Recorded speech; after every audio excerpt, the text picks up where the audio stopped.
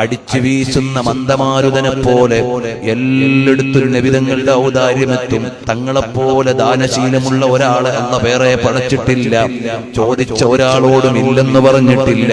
ഒരിക്കലൊരു പുതിയ കുപ്പായം വാങ്ങി ഇട്ടുകൊണ്ട് വരികയാണ്.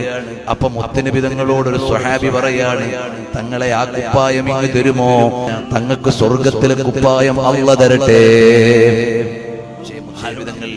അത് കേട്ടപ്പോൾ അവിടുത്തെ കൽബ് നിറഞ്ഞുപോയി. ആ പുതിയ കുപ്പായം പിന്നൊരിക്കൽ നബി സല്ലല്ലാഹു അലൈഹി വസല്ലം നല്ല മനോഹരമായ ഒരു കുപ്പായം ഒരാൾ സമ്മാനം. അപ്പോൾ ഒരു സ്വഹാബി പറഞ്ഞു, ആ കുപ്പായം എനിക്ക് വേണം. നബി സല്ലല്ലാഹു അലൈഹി വസല്ലം അത് കൊടുത്തു. മറ്റെല്ലാ സ്വഹാബികളും പോയിട്ട് അങ്ങനെ ചോദിക്കാൻ പാടില്ല. മുത്തുനബി തങ്ങൾ ചോദിച്ചാൽ തരുമെന്ന് ഇങ്ങനെ എല്ലാം കൂടി ചോദിക്കാൻ തുടങ്ങിയാൽ എന്താ ചെയ്യാ?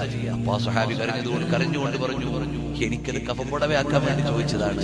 എനിക്ക് ഈ ലോകത്തിട്ടുകൊണ്ട് വലസാനല്ല. ഞാൻ നാളെ മരിച്ചുപോയാൽ എന്നെ ആ മുത്തുനബി തങ്ങളുടെ കുപ്പായം കൊണ്ട് ഞാൻ രക്ഷപ്പെടും.